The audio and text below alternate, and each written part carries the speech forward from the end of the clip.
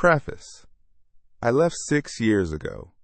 I am not coming back, and I want to be clear at the outset that I am not sad about it. That sentence is the whole reason to keep listening, because you have almost certainly never heard it said flatly. Every book, every film, every uncle, at every wedding operates on one unexamined assumption, that a man's life runs through a woman and that a man without one is in a waiting room. Even the books that tell you to work on yourself are telling you to work on yourself so that eventually a woman will select you. The destination is never questioned, only the route. I am questioning the destination. So let me tell you what this book is, and then let me tell you the one thing it will not do, and then we start. This book is for the man who is done. Not the man who is licking his wounds and will be back on the apps in 6 weeks.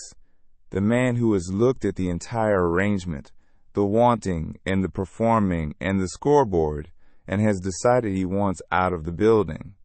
Not moderation, not balance, not healthier habits.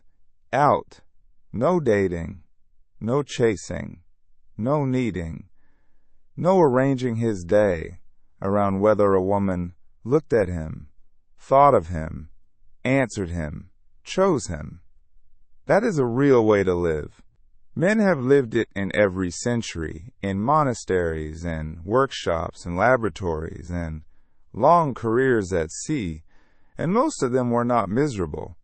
Some of them were the most concentrated and useful men of their generation.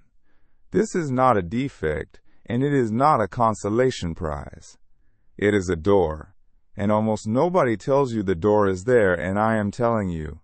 The book is the operating manual for going through it. What their attention has actually cost you, itemized honestly, with no discount for sentiment. The machinery you have been livestock inside of, the apps, the feeds, the validation economy, the industrial harvesting of male attention that has been running on you since you were 13. How to cut every supply line. How to refuse, plainly, with no apology, no explanation, no door left open. How to turn down the attention you would have crawled for a year ago, and what that single act does to a man's spine. And 2 chapters that books like this usually skip, which are the 2 that decide whether you are still standing in year 3, what fills the space, because a man who leaves and builds nothing either comes back or rots, and the long middle, the unglamorous years where the family pressure and the weddings and the odd bad night have to be survived without a single person applauding you. Now, the one thing this book will not do, it will not tell you that women are your enemy. Not out of politeness. I have no interest in your politeness or mine, but because it would sabotage the exact thing you came here for. Hatred is a subscription. It has to be paid every day in attention, and the attention has to go somewhere, and it goes to them. The man who despises women thinks about women constantly. He rates them, argues about them, watches hours of content about them, narrates his contempt to an imaginary audience of them. Ask him what he wants, and he will say he wants them out of his life. And then look at where his mind actually spends its hours, and you will find them installed in every room. He has not left. He has moved into a smaller house with all of them still in it and painted the walls black. You are aiming too low. Abhorrence is a strong feeling, and a strong feeling is a leash with a longer chain. I am aiming you at nothing. Not fury. Nothing. A woman's attention arrives and lands on no surface at all, produces no lift and no flinch, and you keep walking with your day undisturbed, the way you would if a stranger on a train had glanced at your shoes. That is what free actually feels like from the inside, and it is quieter and better than any revenge you have imagined at 3 a.m, and it costs nothing to maintain once you have it. Here is the last thing before we begin, and it is the part that will annoy you, so I will get it out of the way. I did the angry version first. Nearly 2 years of it. Cold, dismissive, sharp with women who did not deserve it. Running a permanent commentary in my head about what they were and what they wanted and what they were worth. I thought it was strength. I will tell you exactly what it was and exactly what it cost me in a later chapter, and I will not moralize at you. I will just hand you the invoice, because I paid it and you do not have to. Then I left properly. And the difference between those two conditions is the difference between a man in a cell shouting through the bars and a man who is simply not in the building. Let us start with how you got in the building, because you did not walk in. You were carried at about 13, and nobody asked you a thing. Chapter 1. The scoreboard you never agreed to. You were about 13, maybe 12, and somewhere in that year the rules changed without any announcement. Before that, a boy's standing came from things a boy could do. You were fast, or you were funny, or you could take a hit, or you knew things. Then the switch flipped and a new instrument was installed above every room you would ever walk into, and the instrument measured one thing: what the girls thought. Nobody explained this. There was no ceremony. It simply became the case that a boy who was chosen was somebody, and a boy who was not was nobody, and every other quality, clever, decent, strong, loyal, got repriced overnight in that one currency. The funny boy was now funny in order to be chosen.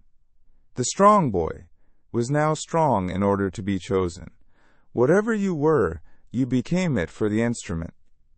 And here is the part one want you to sit with, because it is the foundation of everything else in this book. You never agreed to that. There was no point at which a grown man sat you down and said, "Son, from here on, your worth will be settled by a panel you did not select, using criteria they will not publish, and you will spend the next 25 years submitting to it." If someone had said that out loud, at 13, you would have found it insane. Instead, it was installed silently, and because everyone around you was running the same program, it never looked like a program. It looked like reality. Run your own history through it. The clothes you bought at 16, for whom? The gym, the first time you went, be honest, the car, the job title you wanted more than the job, the stories you learned to tell at a table, and the exact pause you learned to leave before the punchline. The way you stand when there is a woman in the room, and the different way you stand when there is not, which you have never once consciously chosen, and could not stop doing today if I paid you. Some of that was ambition. Most of it was submission. And the instrument does not only run when women are present. That is the genius of the thing. It runs in an empty room. It ran when you finished a piece of work and imagined who would hear about it. It ran when you looked at yourself in a mirror at 34 and did not see a man. You saw a listing, a price, a market position, a set of features to be evaluated by a buyer who was not even there. Men do not experience this as oppression, which is precisely why it holds. It is experienced as ambition. It is experienced as being normal. I want to give you the number that broke this open for me, and it is an ugly one, so brace. I sat down one evening. This was in the angry years, when I was still keeping score of everything, and I tried to account for where the hours of my adult life had gone. Not romantically. Structurally. The time spent selecting clothes with an audience in mind. The time on the apps, which by itself in some years was several hundred hours. The time composing, editing, and re-editing messages. The time analyzing what a sentence had meant. The time in gyms, which I told myself was health, and was not health, because I could tell you exactly which mirror I checked, and exactly what I was checking for. The time recovering from rejections. The time preparing to avoid rejections. The time in rooms I did not want to be in, with people I did not like, because women would be there. I stopped adding when it went past a year. Not a year of dating, a year of my waking life, spent in service of the instrument, unpaid, with no output of any kind. That is the bill for the ordinary version, not the obsessive version, not 4 years wasted on one woman. That is a different and more expensive disease.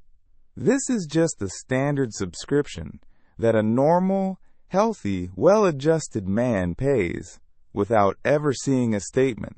Now, the objection is forming in you, so let me take it now rather than let it sit there. The objection is, that is just being a man. That is biology. You are describing wanting, and wanting is not a conspiracy. Correct. The wanting is not the problem, and I am not going to insult you by pretending it is. Desire is old, and it is not going anywhere, and any book that tells you to hate your own body is written by someone who has never had one. What I am pointing at is not the desire. It is the scoreboard. It is the specific arrangement in which a man's estimate of his own value is outsourced wholesale to whether women select him, and that arrangement is not biology. That is culture and advertising, and 150 years of stories in which the man's reward at the end is a woman, and, lately, an industry that has learned to farm the whole thing at scale. Desire says, I would like that. The scoreboard says, what I am is decided by whether I get it. One of those is a healthy animal. The other is a man with his self-worth held in someone else's account, who has to check the balance daily and can be made poor by a stranger's indifference. You can keep the animal and burn the scoreboard. That is what leaving means. Not becoming a eunuch, not pretending you feel nothing, not performing coldness for an audience. Simply removing the instrument from the wall so that the room you walk into is once again just a room. Most of this book is about how the instrument stays bolted up there even after you swear you have stopped caring, and how to actually get it down. But before we can take it down, you have to see the full invoice, because you have been paying it monthly for 20 years and you have never once looked at the itemization. That is the next chapter, and it is the harshest one in the book. It is meant to be. You should finish it slightly sick. Chapter 2. The invoice. Nobody itemizes this. That is the trick of it. The cost of running your life through female attention is never presented as a bill. It is deducted at source, in small amounts, continuously, for decades. So let me do what nobody has done for you, and read the statement out loud. Start with the money, because money is the least important item and the easiest to count, and it will get your attention. The clothes, bought for the instrument, not for warmth or comfort. The subscriptions on the apps and the boosts and the premium tiers that men buy in the specific mood of 11 at night. The dinners in restaurants you would never have chosen, at prices you would never have paid to feed yourself. The drinks. The taxis home at hours you did not want to be awake. The gym membership you would honestly not renew if you were the last man on earth. The gifts. The trips. The phone upgraded for the camera. Run your own numbers for the last 10 years. Most men, when they do this honestly, land somewhere that would have been a deposit on a property or a small business, or 4 years of not needing a job they hate. Now the hours, which matter more because money returns and hours do not. I gave you my figure in the last chapter. Over a year of waking life. Yours will be in the same country. But the raw hours are not even the real theft. The real theft is what economists would call the opportunity cost and what I would call the man you did not become. Every skill has a threshold, and the threshold is measured in hundreds of hours, and you had those hours. You had enough hours to become genuinely dangerous at something. A language, an instrument, a trade. Enough hours to be, right now, the man in your city that people call when a specific difficult thing needs doing. That man exists in a possible version of your life, and he did not happen, and he did not fail to happen because you were lazy. He failed to happen because the hours went into the instrument. Then the attention, which is the most expensive item on the sheet, and the one with no visible price at all. Money you can earn again. Hours are gone, but they are gone quietly. Attention is different, because attention is the actual substance of a life. Whatever your attention is on, that is what your life is made of, minute by minute, and there is no version of you that experiences anything else. And a man on the scoreboard has a permanent background process running. A portion of him, always, is monitoring the panel. Was that a look? Should I say something? Did that land? Is she seeing this? What does that mean? You have never had a full day of your adult life. Not one. There has always been a percentage skimmed off the top before you got to spend any of it, and you never noticed, 'cause you have no memory of the undivided version to compare it to. Then the dignity, and here I am going to be specific because vagueness lets a man off. The evening you spent with people you did not like because a woman would be there. The opinion you did not state at a table because it might have cost you her good opinion, and you can still remember the exact opinion and the exact table. The friend whose plans you canceled, a man who had done nothing to you, for a maybe. The messages you rewrote 9 times to sound casual. The specific tone of voice you have that you can hear yourself doing, that is not your voice. The times you laughed at something that was not funny. The times somebody spoke to you rudely and you calibrated your response not on what was right, but on what would keep the possibility alive. That is the real currency. That is what you have actually been spending, and it does not appear on any statement, and the balance is drawn from a finite account. And now the last item, and it is the one I want you to keep after you forget the rest. Your peace. The permanent, low-grade background hum of a man who can be made to feel worthless by a stranger. Consider the absurdity of the position with a clear head. A woman you have never met, whose character you know nothing about, whose judgment in every other domain you would not trust for a moment, holds, by the mere fact of her indifference, the power to alter your estimate of your own worth. You have handed the keys to your interior to a rotating cast of strangers, on the sole qualification that they are women. If a man told you he had done this with his money, you would call him a fool. You have done it with something you cannot get more of. So, فَحَقُّتِ, that is the invoice. Money, hours, attention, dignity, peace. Deducted at source for 20 years was no service delivered. Because notice, and this is the part that should genuinely turn your stomach, notice that everything I have listed was paid before any woman gave you anything. That is the cost of standing in the market, the cost of participation. Whatever you actually received, you received on top of this, and it was billed separately. I said you should finish this chapter slightly sick, and if you are, good. Do not do anything with it yet. That nausea is a fuel, and it is a bad fuel. It burns hot, it burns fast, and men who leave on the strength of it are usually back inside a year.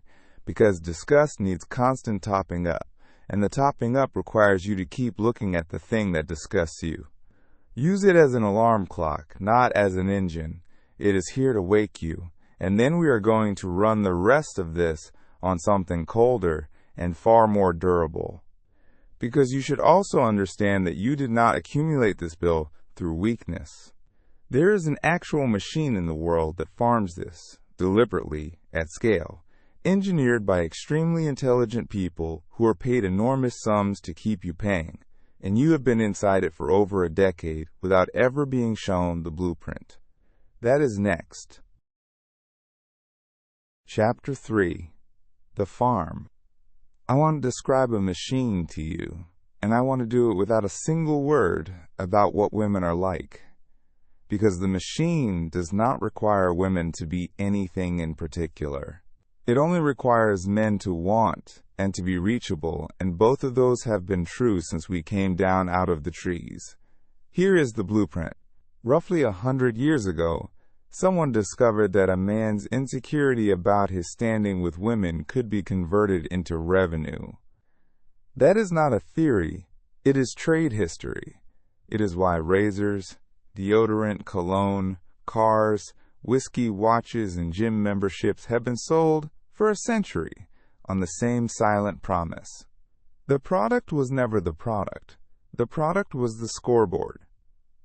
Every advertisement you have ever seen of a man being admired by a woman is a machine part, and there have been several 100,000 of them in your lifetime, and you absorbed all of them below the level where argument happens.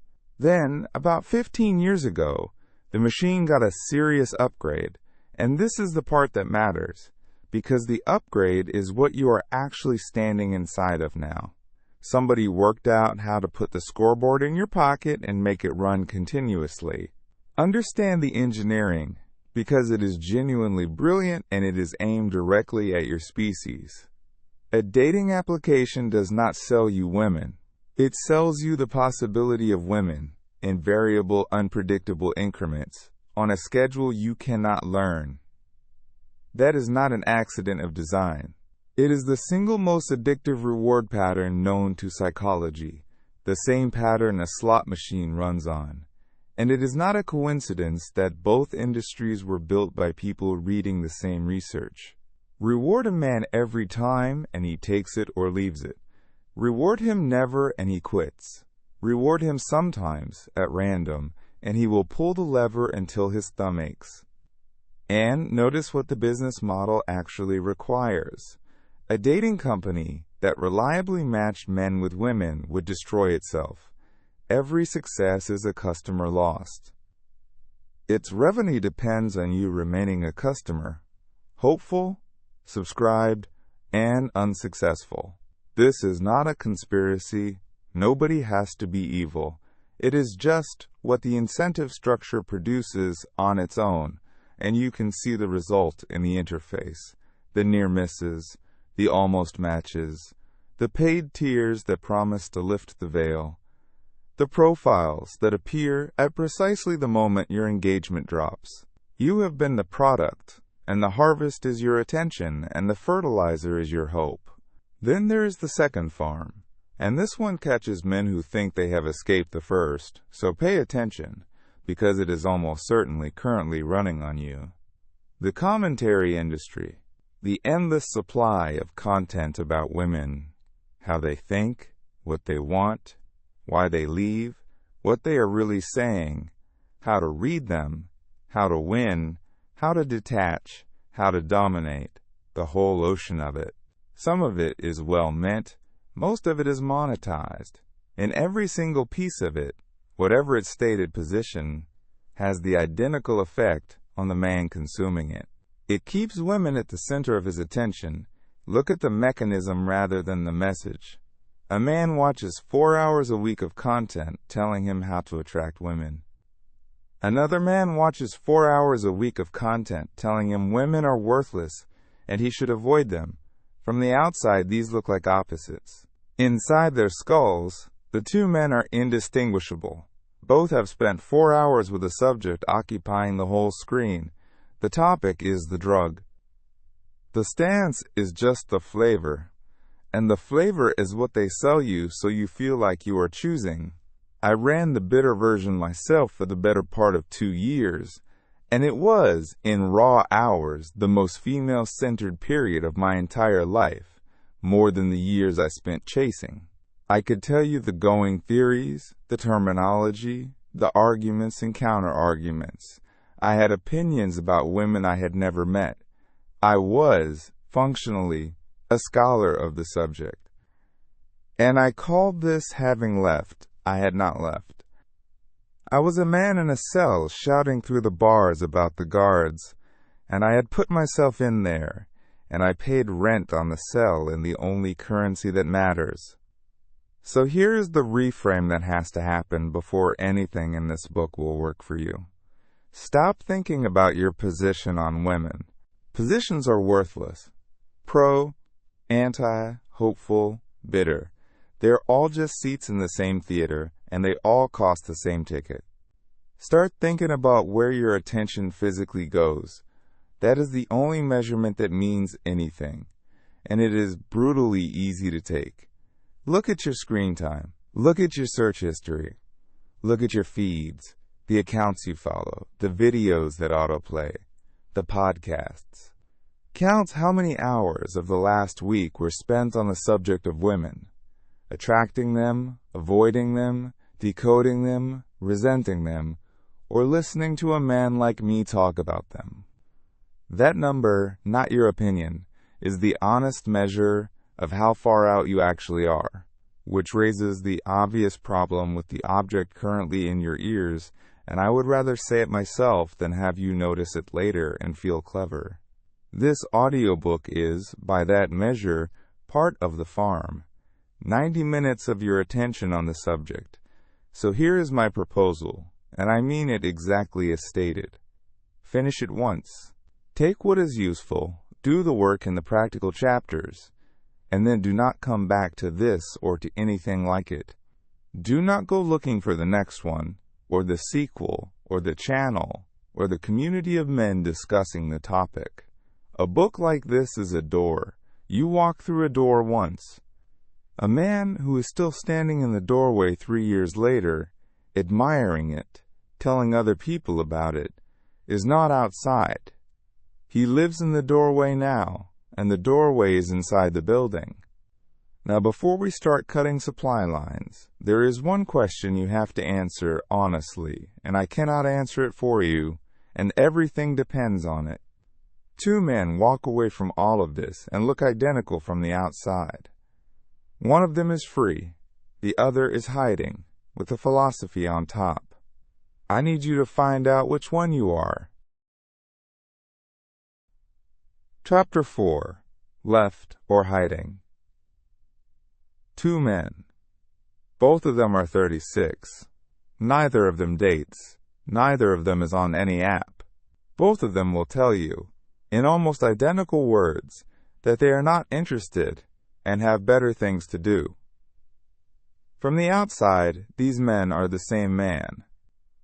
From the inside, they are opposites, and the difference will decide whether you are still standing 5 years from now, or whether you are back in the building, or worse, rotting in a flat with a grievance for company. The first man left. He looked at the whole arrangement, priced it, decided it was not worth what it costs, and walked. His life is aimed at things. If a woman were placed in front of him tomorrow, warm and available and interested, he would decline, not because he could not have her, but because it is not what he is doing with his life, the same way you would decline a free ticket to a sport you have no interest in. The second man is hiding. He was hurt, or he could not compete, or he was humiliated somewhere he has never told anyone about, and he has withdrawn, and then found a philosophy that makes the withdrawal look like a decision. If a woman were placed in front of him tomorrow, warm and available and interested, he would not decline. He would light up like a stadium. And then, afterwards, whatever happened, he would return to his position and defend it more loudly than before. That is the test, and it is the only one I know that works. It is not what you do, because both men do nothing. It is what would happen if the door opened. You cannot run that test in the real world. So run it in your head, honestly, with the lights on, right now, not the fantasy version. The specific version. Picture a real woman, not an idealized one. An ordinary, pleasant, intelligent woman, making it unmistakably clear tomorrow that she is interested in you. No games, no ambiguity, no chase, no scoreboard. Now watch what actually happens in your chest. Do not tell me what you would do. I do not care what you would do. A man can be disciplined about anything. Tell me what happened in your chest in that first half second, because that is the part that does not lie and cannot be trained in an afternoon. If what happened was a lift, a rush, a warmth, a sudden interest in what she looks like, a small satisfied voice saying I still could, then you have not left.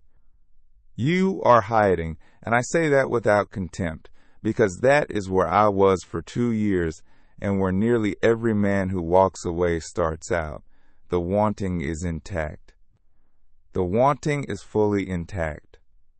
You have simply concluded that you cannot have it, or that pursuing it costs more than you can bear, and you have built a philosophy over the top of that conclusion, like a tarpaulin over a hole. That is not failure. It is a stage, and it is a normal one. What it is not is a destination, and men who mistake it for one become a particular kind of casualty I have watched happen more than once. They spend a decade in a defensive crouch, telling everyone, including themselves, that they chose this, while the wanting sits under the floor undiminished, occasionally rising up and being beaten back down, and the beating is called discipline. They get harder every year and less free every year.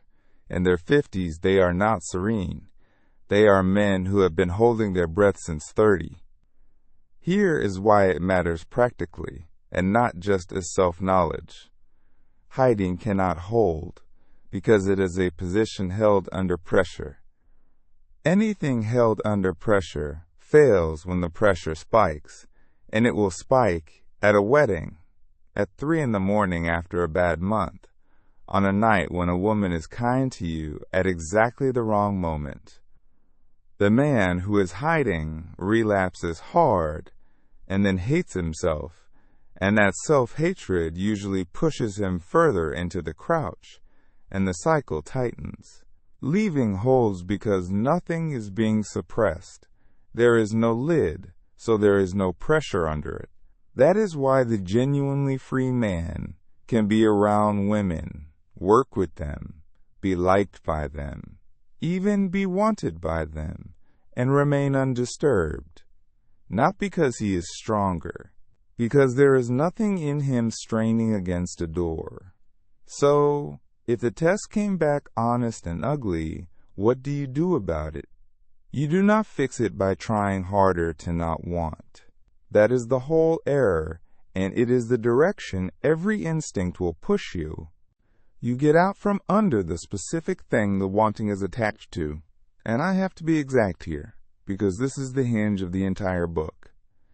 What has hold of you is almost never a woman, and it is not even sex. It is the scoreboard from chapter 1. It is the verdict.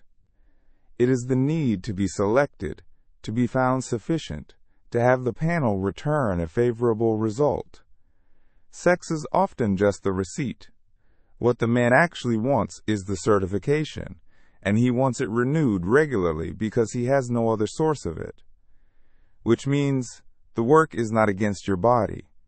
Your body is fine. The work is on the account your worth is held in. As long as it is held externally, in an account you cannot access and strangers can debit, you are owned, and every withdrawal strategy you attempt is a man trying to feel rich by not looking at his balance. That is why the second half of this book spends so long on things that appear to have nothing to do with women: work, competence, obligations, your body, a few men you would take a bullet for. Those are not consolation activities for a lonely man. They are the construction of a separate account, held internally, that no stranger can debit. Nobody can price you if you are already priced. I will tell you plainly, that this takes years, and that anyone who tells you otherwise is selling something. But it moves faster than you would think once you stop feeding the other thing, and that is where we start. Because for the next while, whatever your test result was, the operation is identical. Cut the supply. Every line. And there are more of them than you think, and the last two on the list are the ones you will not want to cut. Chapter 5. Cutting the Supply. This is the operational chapter. No philosophy in it. A man who agrees with everything in this book and changes nothing on his phone tonight has done nothing at all, and will be exactly where he is in a year with better vocabulary. Line 1. The apps. Delete the accounts, not the applications. There is a difference, and it matters, because a deleted application with a live account is a decision you will make again next Thursday at 11 at night, and you will make it differently. Go into each one, find the setting that actually destroys the profile, and destroy it. Then delete the application. Then, and this is the part men skip, unsubscribe from the billing, because a live subscription is a standing invitation with a reminder attached. Expect a specific feeling afterwards so it does not ambush you, a hollow drop, somewhere under the sternum, and a peculiar sense of having become invisible. That is accurate. You have removed yourself from a market in which you were listed, and being unlisted feels like ceasing to exist, because a man on the scoreboard experiences visibility to women as existence. It passes in about 3 weeks. Line 2. The feeds. This is bigger than the apps, and almost nobody does it properly.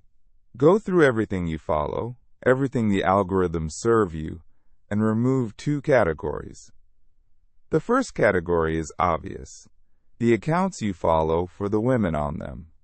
All of them. Not curated down. Not the tasteful ones kept, all of them. You know exactly which they are, and if you find yourself constructing an argument for why one of them is really about fitness, or travel, or photography, that argument is the supply line defending itself out loud. The second category is the one you will resist, and it is the more important of the two. Everything about women.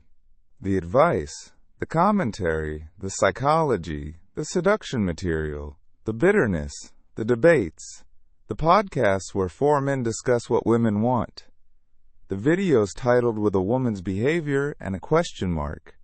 All of it, including the material that agrees with you.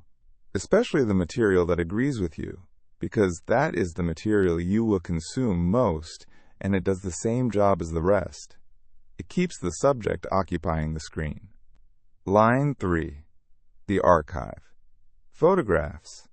Messages. Screenshots. The saved conversations. The folder you would not want to explain. The one specific set of images you have kept through 2 phones. Gone.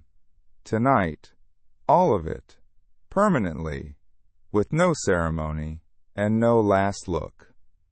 A last look is a feeding. Line 4. The monitoring. Anyone whose activity you check, the X, the one who got away, the one from work, the one whose account you visit without ever interacting. Remove your own access rather than performing a block. And there is a reason for that distinction. A block is a message. A message is contact. Quietly making yourself unable to look is the version nobody sees and the only version that counts. Line 5. Pornography. I am not going to moralize, and I am not going to promise you anything mystical. I am going to make the mechanical argument, which is the only one that holds up. You are attempting to stop routing your inner life through female attention. Pornography is female attention, simulated, on demand, in unlimited supply, engineered to be more concentrated than the real thing. It is the purest form of the exact substance you are trying to get off. A man who cuts every other line and keeps this one is a man who has closed the shops and kept the pharmacy in his bedroom. He will not achieve indifference.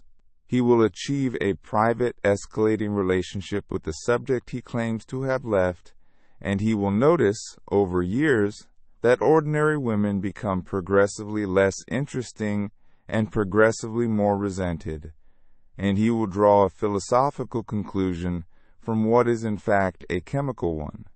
If you are serious about wanting nothing from them, this line has to go, and of everything in this chapter it is the one most men refuse, which is precisely why so few of them get free. Line 6. The mixed friendships. Not every woman you know. I mean specifically the ones where you are, in some part of yourself, still hoping. The long friendship that has never quite been named, the colleague you are slightly too available to, the one whose messages change your afternoon. You know which ones. There are usually one or two. You do not need a dramatic exit. You need to stop being on call, reply slower, decline the coffee.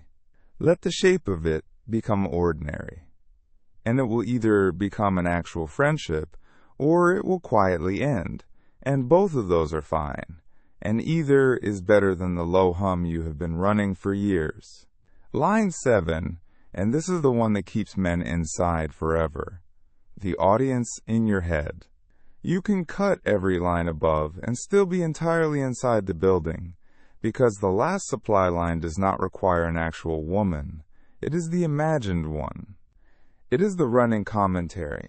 She should see me now. If she could see this, what would she think? I hope it gets back to her. It is the moment you achieve something, and before you have felt it, picture it landing on a woman's face. It is doing the training, or the work, or the leaving itself, for a viewer. Everything in this book is neutralized by that. A man can delete every account, and cut every contact, and still spend his entire remaining life performing his freedom for a woman who is not there. You cannot delete this one. You can only catch it, repeatedly, over months. When you notice a version of her in the theater of your skull, the X, the composite, the imaginary judge, you do not argue with her, and you do not lecture her. Both of those are engagement, and engagement is the food. You simply do the next real thing in front of you. The work, the meal, the walk. She starves in silence or not at all. Cutting all 7 takes a night for the first 4 and about a year for the last one. And then you are standing in a life with a hole in it the size of 2 decades, and the hole is going to want filling, and there is a class of situation coming that will test whether any of this held, because sooner or later someone is going to want something from you, and you are going to have to say a word that most men have never in their lives said cleanly. Chapter 6. The word. Most men cannot say no, not to a woman, to anything. Watch yourself for a week and you will find it everywhere. The invitation you did not want, accepted. The favor you had no time for, granted. The extra work absorbed without a word. The family plan you were volunteered into. The friend's request that cost you a Saturday. And in every case, the same tale. You did not say no. You said something in the shape of a no, wrapped in enough padding that the other person could push once and get through it. You know the padding, I am so sorry, but I would love to, it is just that. Maybe another time. Let me see how the week goes. Possibly I will let you know. Every one of those is a negotiation opening. And men produce them by reflex, because underneath sits a belief installed so early that it does not feel like a belief, that a plain no makes you a bad person, and that being liked is a resource you cannot afford to spend. Here is the mechanical problem with that. A man who cannot refuse has no possessions. Not really. His time is not his. because anyone can requisition it by asking twice. His attention is not his money is not entirely his. He owns none of it, because ownership means the power to decline, and a man who cannot decline holds everything he has on loan from whoever is willing to ask. And this is why the word matters so much more than the subject of this book.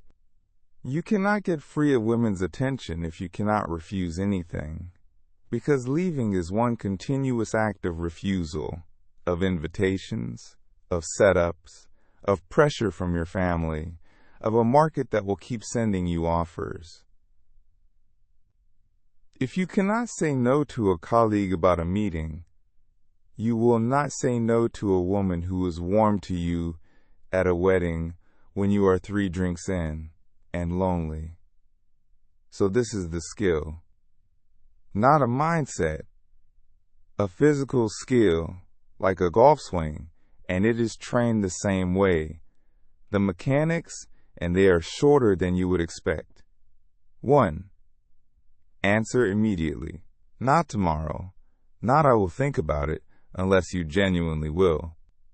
Delay is not politeness. Delay is a man hoping the situation resolves itself so he never has to produce the word. It never resolves itself.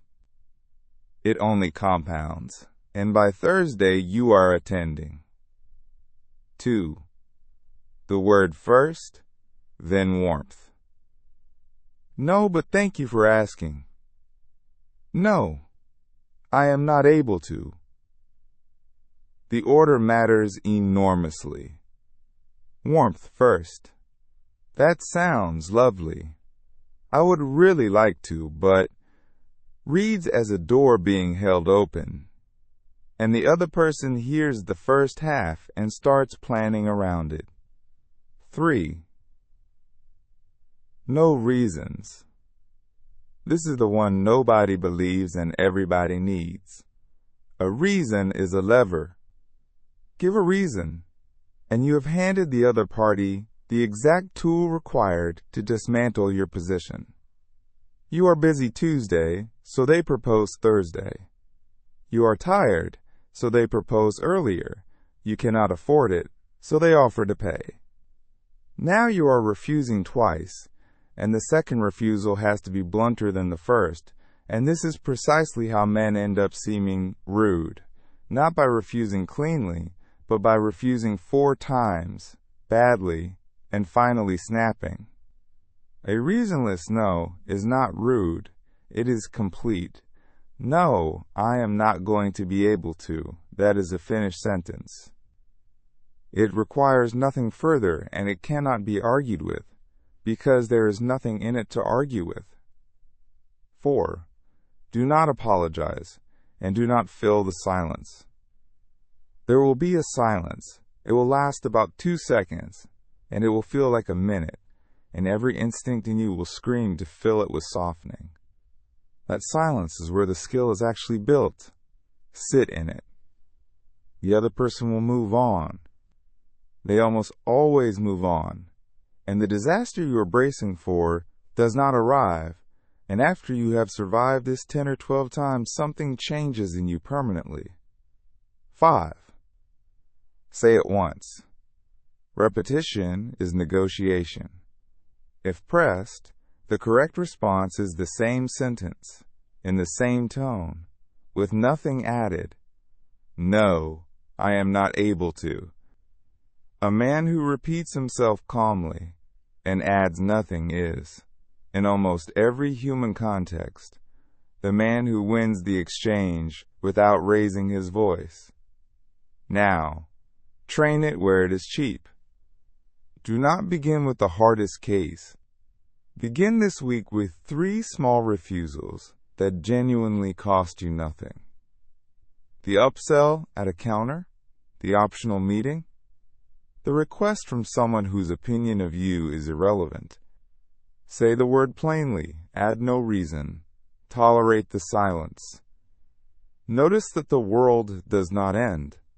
Notice, specifically, that people do not seem to mind nearly as much as you predicted, And then notice the more interesting thing, which is that some of them respond to you slightly differently afterwards, with a fractional increase in respect that you did not ask for and could not have bought with a year of agreeableness. Then work upward. Refuse something to a friend. Refuse something to your family. Refuse an invitation you would normally have suffered through. And here is the point where this stops being a life skills lesson and becomes the spine of this book. The reason most men cannot refuse is that they believe every no reduces the pool of people who might one day approve of them. It is scoreboard logic applied to the whole of life, and you cannot cure it by managing individual refusals. You cure it upstream by no longer requiring the approval, at which point the word becomes easy, and easy is how you know it is real. The finished version of this is not a man gritting his teeth and forcing out a no. It is a man for whom the word costs nothing, in either direction, because nothing is riding on it. That is the fully general case. The specific one is the case you actually asked about, the one you have imagined, the one where the person in front of you is a woman who is interested and you are not. That has its own mechanics, and men get it wrong in a very particular way, not by being harsh, but by being generous in a way that is actually the cheapest thing a man ever does. Chapter 7. Refusing her. Sooner or later it happens, and it happens more often once you have left, for reasons I will come to at the end of this chapter. A woman is interested. It is unmistakable. And you are not. Most men handle this badly, and I want to be precise about the failure, because it is not the failure you are expecting. The failure is not cruelty. Almost no man is cruel in this situation. The failure is the opposite, a specific, cowardly generosity that men mistake for kindness, and that is, when you look at it directly, the cheapest thing a man does. Here is what it looks like. He does not want her. He also does not want to lose the fact of being wanted. So he does not refuse, he goes vague. He stays friendly, stays available, answers a little slower, but always answers, leaves a small door ajar, never a promise, never a lie, nothing you could put in front of a judge. And he keeps her there, in that condition, for months, sometimes years, warm and uncertain, because the sensation of being wanted is worth something to him and costs him nothing to maintain. He would say he is being kind, he is being paid. And if you have any history at all of being on the other end of this, of being kept warm and uncertain by someone who never said a word you could act on, then you know exactly what it costs. The person standing in the vagueness, and you know that the man doing it is not gentle. He is farming, so refuse. Properly. And here are the 4 rules, which are short. Early. The moment you know, act. Not when it becomes awkward. Not when someone else forces the issue. The moment you know. Every week you delay is a week of her life spent on a possibility you have already privately closed. And the whole cost of the delay is paid by her, while the whole benefit accrues to you. That asymmetry is the definition of using someone. Plainly, no riddles, no signals, no strategic distance. Men love to fade because it means never saying anything, and the fade is not a refusal. It is a refusal with the courage removed. If she has made herself explicit, you owe her something explicit back, not a speech, a sentence. I am not looking for anything with anyone. That is not going to change. True, short, complete. Once. Say it a single time and then behave consistently with having said it. No follow-up messages to check she is all right. No softening it 2 days later because the silence bothered you. Those are for your comfort, not hers, and they reopen what you just closed, with no door left open. This is the one that separates a man from a coward, and it is entirely internal. There is a sentence that will present itself, and it is always some version of, "Who knows? Maybe in the future, maybe if things were different, let us keep in touch and see." That sentence exists for exactly one purpose, which is to preserve your standing as a man who was wanted. It buys you nothing real, and it costs her clarity. Close it, all the way. Now, the thing you actually asked about, which is what this does to you.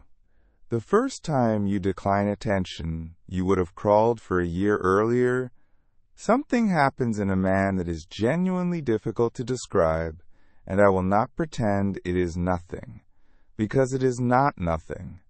It is not triumph. It is not the sneering satisfaction you may have pictured in a bad hour. I had pictured that too, and when the moment came, it was not there at all. It is quieter and much stranger. It is the sensation of a door being tried from the inside and holding. Some old machinery in you reaches automatically for the reward. She wants you. Take the certification. You are worth something today. And it reaches, and there is nothing there to grab, and your day continues undisturbed. That is the power you came looking for, and I want to be exact about where it actually sits, because it is not where men think. It does not sit in her disappointment. If any part of your satisfaction is coming from her being disappointed, you have not refused anything. You have made a withdrawal from her in her currency, which means you are still trading in that market and still need her present to feel it. That is the tell that a man is bitter rather than free, and it is worth watching for in yourself for years, because it hides well. It sits in the fact that nothing happened to you. That is all. A thing that used to move you did not move you. You are the same man before and after, undisturbed, and no stranger's interest was required to certify you. The last item, and it is the reason this chapter is not hypothetical. Once you actually leave, you will be approached more, not less. It surprises every man it happens to, and it has nothing to do with mystique or games or the theories men sell each other about scarcity and value. It is far simpler. You will have stopped auditioning, and a man who is not auditioning is a rare thing in a room. He is easier to be around. He is not scanning, not performing, not managing an angle, and this reads instantly to everyone present, and some of them will find it interesting. The joke of it is that the thing you spent 20 years trying to manufacture arrives, in some quantity, at the exact moment you have no use for it whatsoever. Do not take this as a strategy. It is not one, and any man who leaves in order to be approached has not left. He has changed tactics, and the market will smell it on him within a month. Take it as a warning instead. The offer is coming at some point on some evening when you are tired or low or a long way into a year that has been hard, and the whole structure will be tested by whether you can say one short sentence and then sit in the silence after it. Which brings us to the deeper question underneath everything so far. Because refusing is an act, and acts require effort, and you did not come here to spend your life effortfully refusing things. You came here to not care. So let us talk about what not caring actually is, and why the version you have in mind is the weaker of the two available, and considerably more expensive. Chapter 8. Two Kinds of Cold. I told you I would give you the invoice from my angry years without moralizing. This is that chapter. For about 2 years I was the cold man. I want to describe him accurately, because if I make him a monster you will not recognize yourself, and the point is that you should. He was not cruel to anybody. That is the first thing. I never insulted a woman, never mistreated one, Never did a single thing that would look bad written down. What I did was interior. I ran a permanent commentary. Every woman I encountered was assessed and sorted within seconds, and the sorting was contemptuous. And I experienced the contempt as clarity, as finally seeing the thing plainly after years of being a fool about it. I was dry, clipped, a little dismissive. I did not return warmth. When a woman was pleasant to me, I noted the pleasantness and discounted it. And there was a small satisfaction in the discounting. I thought I had become free. Here is the invoice. Item 1. It required them constantly. Contempt is not a state, it is an activity. It has to be performed against something, which means the something has to be present. To feel the satisfaction of dismissing women, I had to have women in front of me, or failing that, in my head, and they were in my head all day. I have gone back over that period honestly, and those 2 years were, by hours, the most female-occupied of my entire life. More than the chasing years. I had left the market and moved into the commentary box, and the commentary box has a better view of the pitch. Item 2. It needed an audience. This is the tell I would ask you to check for in yourself, because it is the one that gives the game away every time. My indifference was constantly being performed. Not overtly. I was not making speeches, but there was always a viewer, the woman herself, who was meant to register that I was unmoved, other men who were meant to see a man who did not need it, and most of all, a running internal audience for whom the whole thing was staged. And a state that must be witnessed is not a state you have, it is a costume. Costumes are exhausting, and they come off. Item 3. It did not stay in its box. This is the one I did not see coming, and the one that cost the most. A man cannot run contempt as a subroutine against one category of person and leave the rest of himself untouched. It is not a setting. It is a habit of perception, the habit of arriving at the verdict early and looking for the confirmation. Inside 18 months, I was doing it to colleagues, to my brother, to men I had known for 15 years. I had trained a faculty, and the faculty did not respect the boundary I had drawn for it, and by the end, I was a harder, smaller, less curious man in every room I entered, and 2 friendships had quietly thinned out, and I could not have told you when. Item 4, and this is the ugly one. It was legible, all of it. I believed I was inscrutable. A man of stone, unreadable. I was not. Women read it in about 4 seconds. Men read it too. Contempt has a look and a timing and a specific quality of half-smile, and everyone can see it, and the effect it produced was not the fear or respect I imagined. It was mild avoidance. People were slightly less warm to me and slightly quicker to end conversations, and I attributed that to their shallowness, which closed the loop nicely and kept the whole thing running for another year. So that is the bill. Permanent occupation, a costume that requires an audience, contamination of every other relationship you have, and the indignity of it, visibility. Now the alternative, and I want to make the case for it on strength, not on virtue, because virtue is not why you are here. There are 2 kinds of cold, and they look identical from 10 feet away. The first is aversion. Hot cold. It has a temperature. It contains the person it is aimed at. You cannot be averse to nothing. It has to be fed, maintained, renewed. It flares. It is expensive. The second is indifference. Actual indifference, the real thing. And here is its defining property. It has no content. There is no position in it. Ask a genuinely indifferent man what he thinks about women, and the honest answer is that he does not think about them, in the same way you do not think about cricket if you do not follow cricket. You have no theory of cricket. You are not anti-cricket.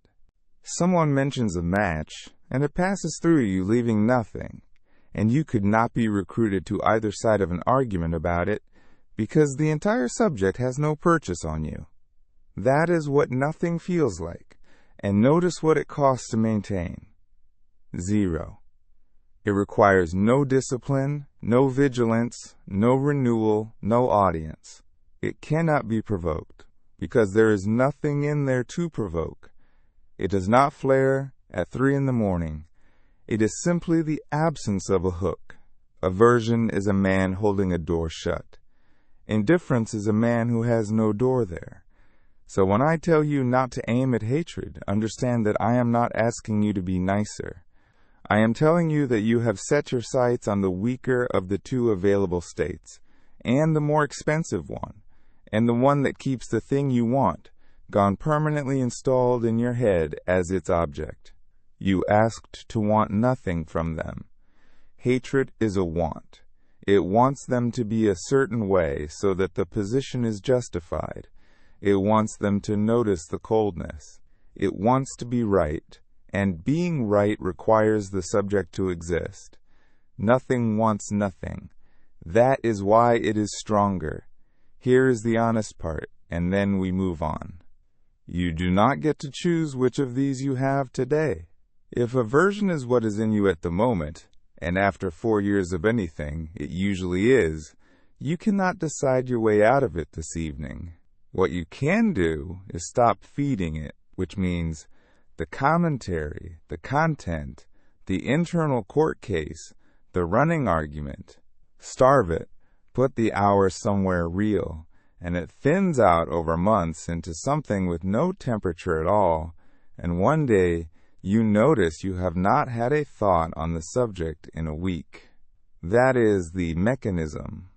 It is not willpower, and it is not forgiveness. It is starvation.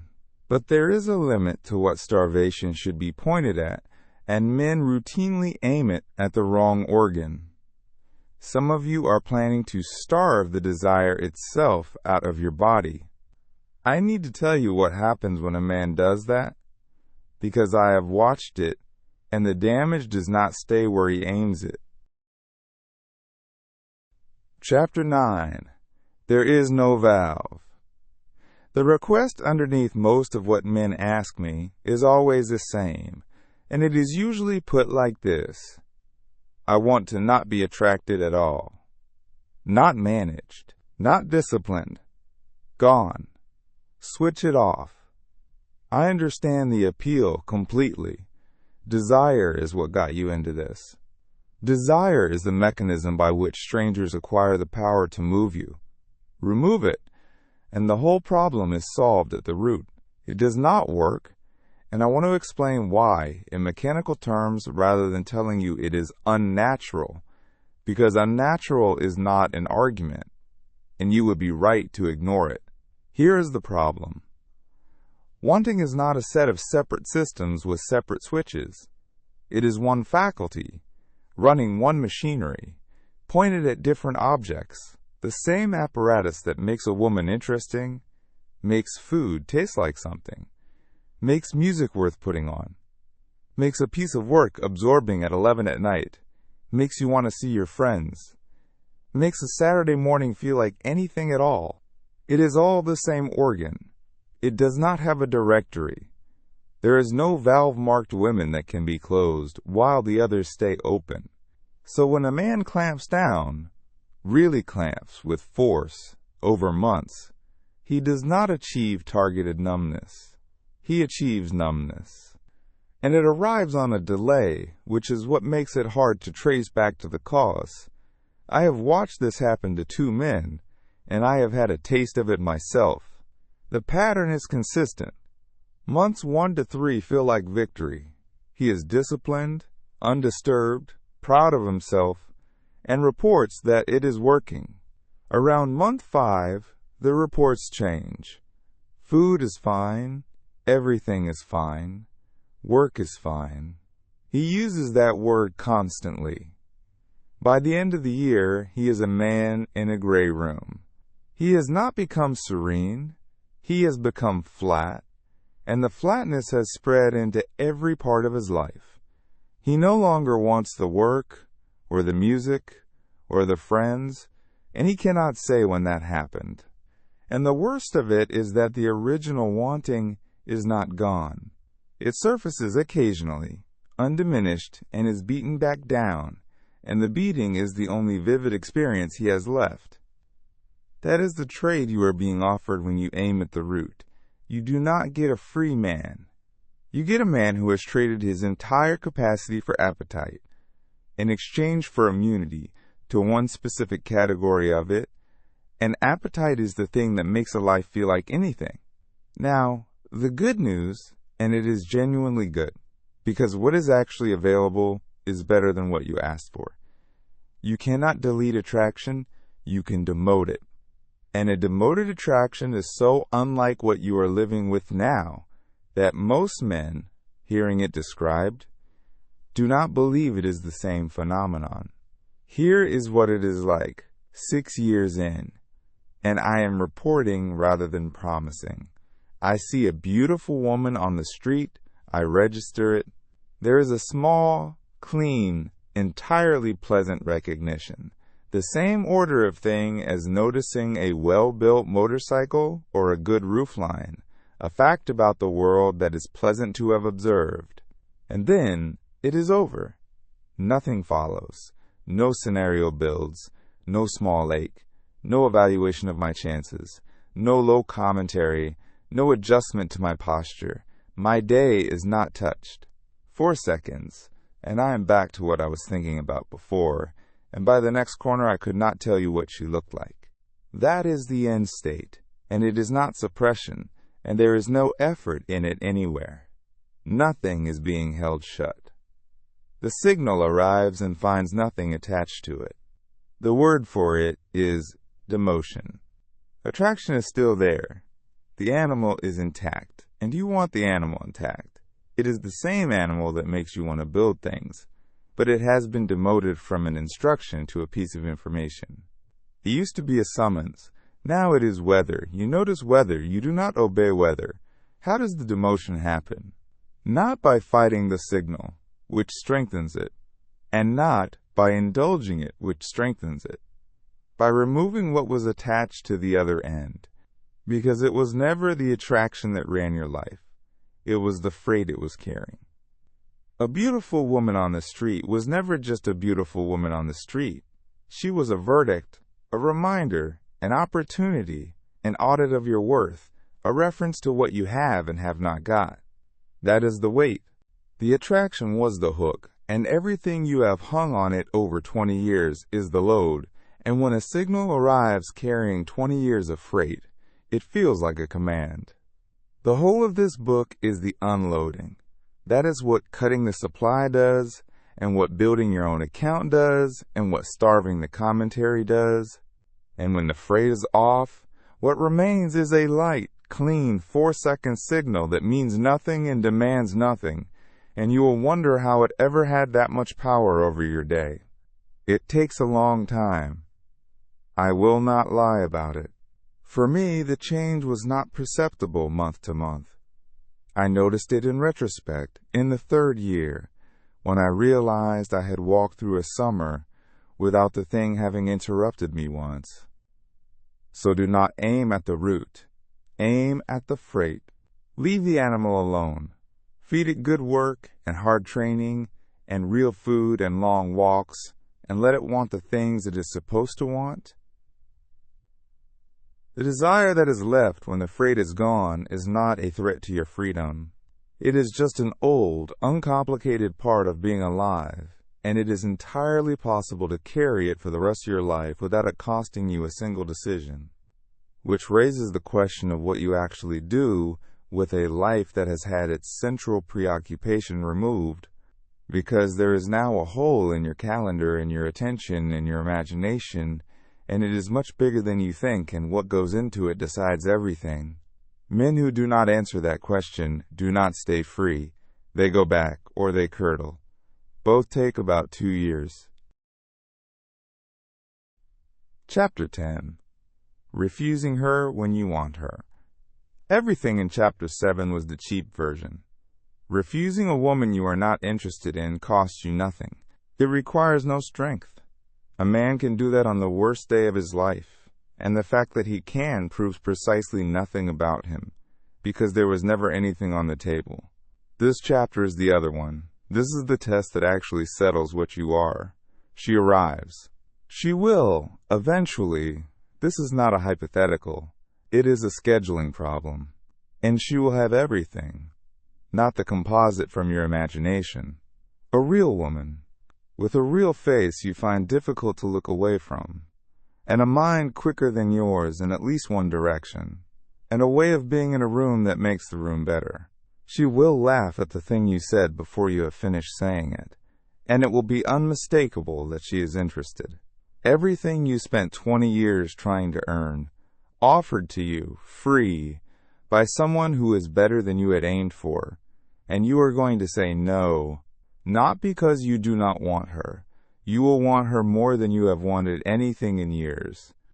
You will say no because you left, and because a man whose life is aimed at something does not get redirected by an opportunity, however good, and because, and this is the whole of it, the decision about what your life is was made already, and it was not made by whoever happens to be standing in front of you on a Thursday. Learn the distinction between the two sentences, because your entire standing rests on which one you are living in. I cannot have it, or I am not doing that. The first is a fence. The second is a direction. Every man who leaves without ever facing this moment lives inside the first sentence and never finds out, and there is a small permanent uncertainty in him because of it. The man who has faced it lives in the second, and the uncertainty is gone for good. Now, the mechanics. Because willpower in the moment is not a plan, and I will not insult you by suggesting it. Rule 1, and it is nearly the whole chapter. The decision is not made in the room. It is made months earlier, in a cold hour, on an ordinary afternoon when nothing is at stake, and it is made once, in the form of a standing policy rather than a case-by-case judgment. This is not romantic, and it is not heroic, and it is the only thing that works. A man deciding in the moment is not deciding. The wanting is deciding, wearing his voice, and it is a better lawyer than he is. It will produce reasons of extraordinary quality. It will point out correctly that this one is different, that the rule was made for other situations, that a man who cannot make exceptions is not free, but rigid, and that sentence will be the most persuasive thing you have ever heard, because it is half true. Decide in advance, and there is nothing to argue about in the room. There is only a policy, already settled, being carried out by a man who is not currently in a position to be reasoned with. That is not weakness. That is how serious people handle every predictable moment of maximum pressure in every field. Rule 2. Do not test yourself. There is a species of man who, having decided, then arranges to stand as close to the fire as possible in order to demonstrate that he does not burn. He takes the coffee. He keeps the conversation going. He tells himself he is proving something. He is not proving anything. He is feeding. And every additional hour raises the price of the eventual no and lowers his odds of paying it. Sovereignty is not proved by proximity. It is proved by absence, and absence is unwitnessed, which is why it does not appeal to the part of you that wants to be seen doing this. Rule 3. Say it early, plainly, once, exactly as before. And expect it to be harder to say than the cheap version, by an order of magnitude, because this time there is a voice in your throat asking what you think you are doing. Rule 4. And this is where I have to be honest with you, or the rest of this is worthless. It will hurt. It is supposed to. Do not expect the serene refusal you have imagined. Expect to walk home and feel like a fool.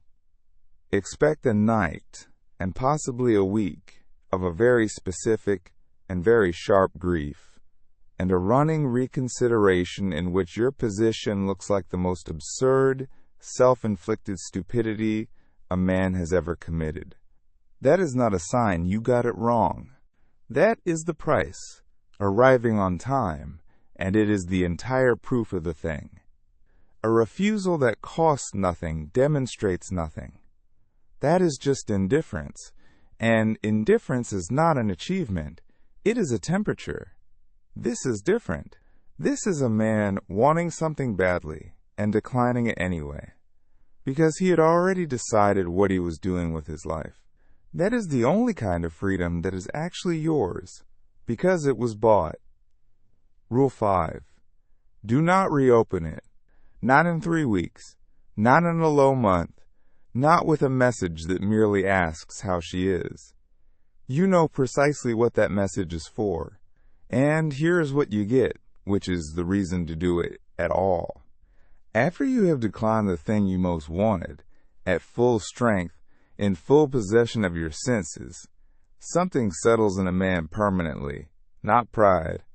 Pride is loud, and this is quiet. It is the simple, verified, unarguable knowledge that you are not driven, that you have a direction, and the direction holds under load. Every man walks around with a private question about whether he is actually the author of his own life or merely a set of appetites with a name on them, and most men never find out, and it costs them a low background doubt for 50 years. You will have found out, and after that, nothing anyone offers you can move you, not because you have hardened, but because the question has been settled with evidence, and settled questions do not need relitigating. One honest check before you take this on, and it is the same check from Chapter 4 in its final form. Ask what your no is made of. If you would refuse her because you have a life and it is aimed elsewhere, that is sovereignty. If you would refuse her because you are afraid of what happened last time, because the wound is still in charge, and the policy is really just a bandage over it, that is hiding, and it will hold for a while and then fail badly, and you will not see it coming. The difference is invisible from outside and unmistakable from inside, and only you will ever know which one you had. Now, you have declined the biggest thing on offer. Your evenings are empty, your calendar is clear, and the enormous preoccupation that organized 20 years of your life has been removed. Something has to go in that space, and it had better be real, because men who leave and build nothing do not stay gone. Chapter 11. What fills the space? A man who leaves and builds nothing does not stay gone. He either returns, quietly, within about 18 months, or he curdles into the bitter version and calls it a philosophy. Those are the two outcomes, and there is no third. And which one you get is decided entirely by what goes into the space. Understand how large this space is. This is not an evening or two. You have removed the organizing preoccupation of your adult life, the thing that structured your ambition, your grooming, your spending, your calendar, and a meaningful percentage of your thoughts every waking hour since you were 13. Take that out, and what remains is not peace. What remains is a vacuum, and vacuums do not stay empty. They fill with whatever is nearest, and what is nearest, for most men, is a screen and a grievance. So this is the constructive chapter, and I'm going to be unromantic about it, because the inspirational version of this advice is worse than useless. First, work that is actually difficult, not a job. Most jobs do not qualify. A job you can do at 60% is not work in the sense I mean. I mean something with a standard in it that you have not yet met, where the difference between adequate and excellent is visible to you and currently out of reach. A trade, a craft, a discipline, a field, a business you are trying to build with your own hands. The mechanism matters more than the motivation, so here it is. Difficult work is the only reliable way an adult man gets his attention fully occupied, and full occupation is the actual relief you are looking for, not happiness, occupation. 2 hours where the whole of you is inside a problem, and there is nothing left over to run commentary with. That state is the closest thing to freedom most men ever experience, and the reason it is so scarce is that almost nobody in modern life is doing anything hard enough to require it. There is a second property, and it is the one that rebuilds you. Difficult work pays out in proportion to what you put in, every single time, with no interpretation required. You do the hours, the thing improves. It cannot be withheld. It has no mood. Compare that with the market you just left, in which enormous investment routinely returns nothing at all, and you are left interpreting silence. A man who has spent 20 years pouring effort into an unresponsive system, and who then spends a year pouring it into a responsive one, gets something back that is difficult to name and is not really about the work. Second, the body, and for the right reason. You have probably trained before, and if you are honest, it was for the scoreboard. Keep the training and change the purpose entirely, and if you cannot tell the difference from inside, here is the test. Measure performance, not appearance. What you lift, how far you run, how much you can carry, how quickly you recover. A man training for numbers cannot be defeated by a mirror, and cannot be flattered by one either. And after a year or two, the whole visual economy loses its grip on him from the inside out. Third, and this is the one men skip, and skipping it is why so many of them fail. Other men, not friends in the modern sense, not people you text. Men you see in person, regularly, doing something. Training, building, working, arguing about something that does not matter. The structure matters more than the sentiment. Shoulder to shoulder, around an activity, on a schedule that exists whether or not anyone feels like it. Here is why it is not optional. Loneliness is what puts you on the scoreboard in the first place. It is what made a woman's attention feel like water in a desert, and it is the pressure that will eventually push you back onto an app at 11 at night in the third year. And most men have been quietly outsourcing the entire emotional infrastructure of their life to one woman, or the hope of one, and calling the resulting isolation independence.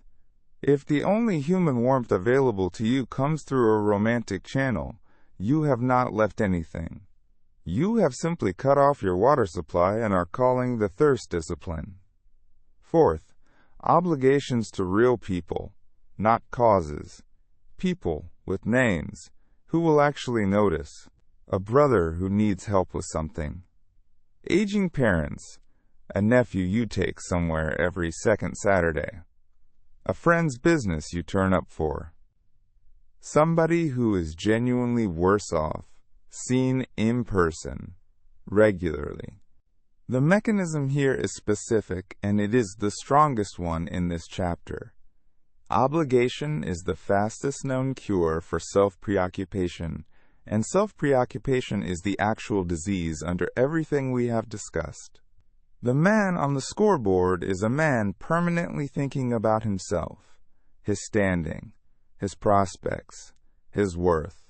You cannot argue him out of that, but you can crowd it out, and nothing crowds it out like a person who needs something from you at 8 on a Tuesday morning, whether or not you are in the mood. Fifth, something with no purpose at all. Learn an instrument badly. Read history you will never use. Walk somewhere without measuring it. Grow something. A life that is entirely instrumental, all of it improvement, all of it building, is just the scoreboard with the audience swapped out. And men who leave and immediately optimize every hour tend to discover in year 3 that they have simply changed employers. Now, the honest note on scale. Everything in this list is unglamorous and slow. There is no montage. Year 1 is largely a matter of turning up to things you do not feel like turning up to, and it does not feel like liberation. It feels like admin. The compounding is invisible until it is suddenly not. Somewhere in the 2nd or 3rd year, when you notice that your days are full of things that are yours, that the hours are genuinely occupied, and that the old preoccupation has nowhere left to sit. That is what the space is for, not to be endured, to be spent. But between here and there is a long stretch that nobody describes honestly, and it is where nearly all the casualties happen. Not the first weeks, which are easy, and not the far side, which is fine. The middle. The years where the pressure comes from your own family, where the weddings keep arriving, and where nobody on earth is applauding what you are doing. Chapter 12. The long middle. The first month is easy. There is a decision in it, and decisions have energy. The far side is fine. I am on the far side, and it cost me nothing at all. Between them is a stretch of about 2 to 4 years that nobody describes, and it is where every man I have watched fail has failed. So here is the honest map, because a man who knows what is coming survives things that flatten a man who does not. The first pressure is your family, and it is relentless in a way you have not prepared for, because it is not an argument you can win. It is a climate. It begins as jokes, and becomes concern, and settles, eventually, into a specific kind of sadness in your mother's voice that is far harder to withstand than any confrontation. There will be photographs. There will be women mentioned by name at dinners. There will be the aunt who has someone perfect and cannot be told no more than 4 times. And underneath all of it is a real thing, not a stupid one. The people who love you have exactly one map for a man's life, and your route is not on it.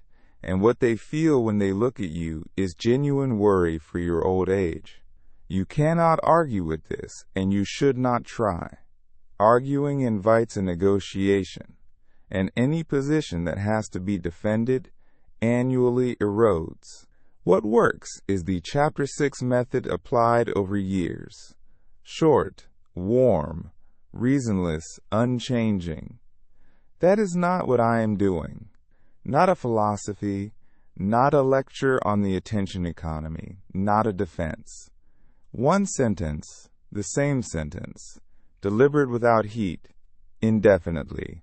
And then the part that requires actual strength, let them be disappointed. Do not fix it. Most men cave here, not to the pressure, but to the sadness, because they cannot bear being the cause of it. You have to be able to sit in a room with a mother who is quietly sad about your life, and love her and not move. That is the price, and it is a real one, and it is worth naming plainly rather than pretending you can talk your way out of it. The second pressure is the weddings. You will attend a lot of them in your 30s.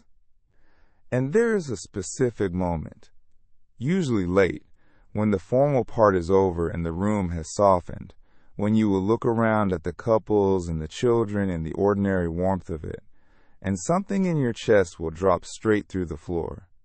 Let me be exact about what is happening in that moment, because getting it wrong is what sends men back. It is not the wanting of a woman. It is the wanting of a place. It is the sight of people who are woven into something, who have a table with their name on it, and the sudden clean perception that you are not woven into anything. That perception is worth listening to because it is often accurate. And the answer to it is not a woman. The answer is chapter 11. A man with real friendships, real obligations, and people who need him at 8 on a Tuesday morning, goes to the same wedding and does not fall through the floor because he is woven in. He simply did not weave himself in through a marriage. A man who has left and built nothing goes to that wedding and gets taken apart correctly because the wedding is telling him something true about his life. Third, the bad nights. They come at intervals for years, and they do not announce themselves. Usually after a long stretch when everything has been fine. That is the pattern. It arrives from behind. 2 in the morning, and the whole structure looks like an elaborate rationalization built by a man who was hurt once, and every argument in this book sounds thin, and you can see with terrible clarity a version of your life with someone in it. The rule for those nights is one line: do not make decisions at night. That is all. Not a mantra, not a technique. Do nothing, reinstall nothing, message nobody, and go to sleep, because the man at 2 in the morning is not the one who decided, and he is not entitled to overturn a decision made by better lighting. Look at it again on a Tuesday afternoon. If it still looks like an error at 3 in the afternoon on a Tuesday, when you are rested and fed, then it is worth examining seriously. It almost never survives to Tuesday. Fourth, and this is the one that surprised me most, nobody claps. There is no recognition for this. A man who quits drinking gets acknowledged. A man who builds a business gets acknowledged. A man who quietly withdraws from the entire romantic economy and rebuilds his life around work and obligation gets, at best, mild concern, and more often the assumption that he could not compete. You will be read as a failure by a substantial number of people whose good opinion you would have preferred to keep. This is the last and hardest thing to give up, and it is the real graduation. You have to be able to be misread permanently by people you like without correcting the record, because the correcting is itself the tell.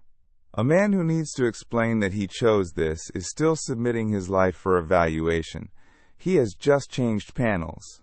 The finished version simply lets the wrong assessment stand and gets on with his afternoon. Now, the counterfeit versions, so you can check yourself. If years 2 and 3 find you doing any of these, you are not in the middle of the passage, you are stuck in it, rehearsing arguments in your head against people who are not present, consuming content about the subject, feeling a flare of satisfaction at another man's romantic disaster, waiting, and this one is well hidden, waiting for a specific person to see how you turned out. All 4 are the same diagnosis, still occupied, not free yet, not failed either, just not through it. Go back to the supply lines, cut what has grown back, and keep going. And then, at some point you will not be able to date. It stops being hard, not through triumph, through repetition, and the accumulation of a life that is genuinely full, until the middle is simply behind you. I want to finish by describing what is on the other side, accurately, without selling it to you. It is quieter than you are imagining, and better. Chapter 13. A Man Who Wants Nothing from Them. Let me describe the far side plainly, without selling it, because you have earned an accurate description rather than an advertisement. It is a Tuesday. I am 42. I got up at 5:30 because I like the first 2 hours of the day and nobody else wants them. I worked on something difficult until 9 and it went badly, and I will go back at it tomorrow. I trained, I ate. This afternoon I am helping my brother with a thing that will take 4 hours and produce nothing except that it will be done. Tonight there are 3 men coming who I have trained with for 6 years, and we will argue about something unimportant. At no point today has a woman entered my thinking. Not because I excluded her, there was simply no occasion, in the way that no occasion arose today for me to think about horse racing. That is the condition. It is not dramatic. It is not what a man in the first year imagines when he pictures freedom, because a man in the first year is still imagining a feeling, some final, warm sensation of triumph. There is no sensation. That is the entire point. Freedom does not feel like anything. It is the absence of something that used to be felt constantly, and absences are not experiences, which is why nobody can sell it to you properly. Some specifics, so you know what to expect. I am not cold. This surprises men, and it is worth stating clearly, because you have been imagining stone. I am warm to the women I encounter. Colleagues, my brother's wife, the woman who runs the shop I use, in exactly the way I am warm to the men. Politeness costs nothing, and withholding it would be a performance, and performances require an audience, and I do not keep one. What has gone is not the warmth.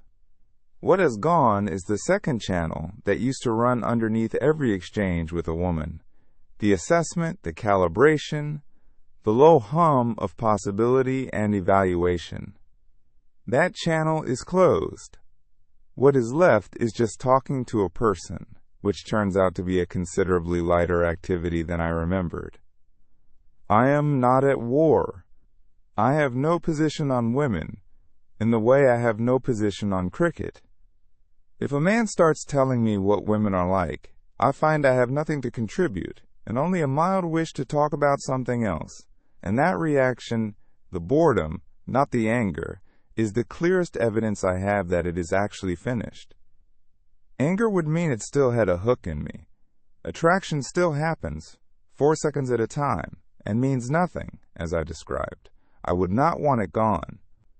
It is part of being an animal that is still alive.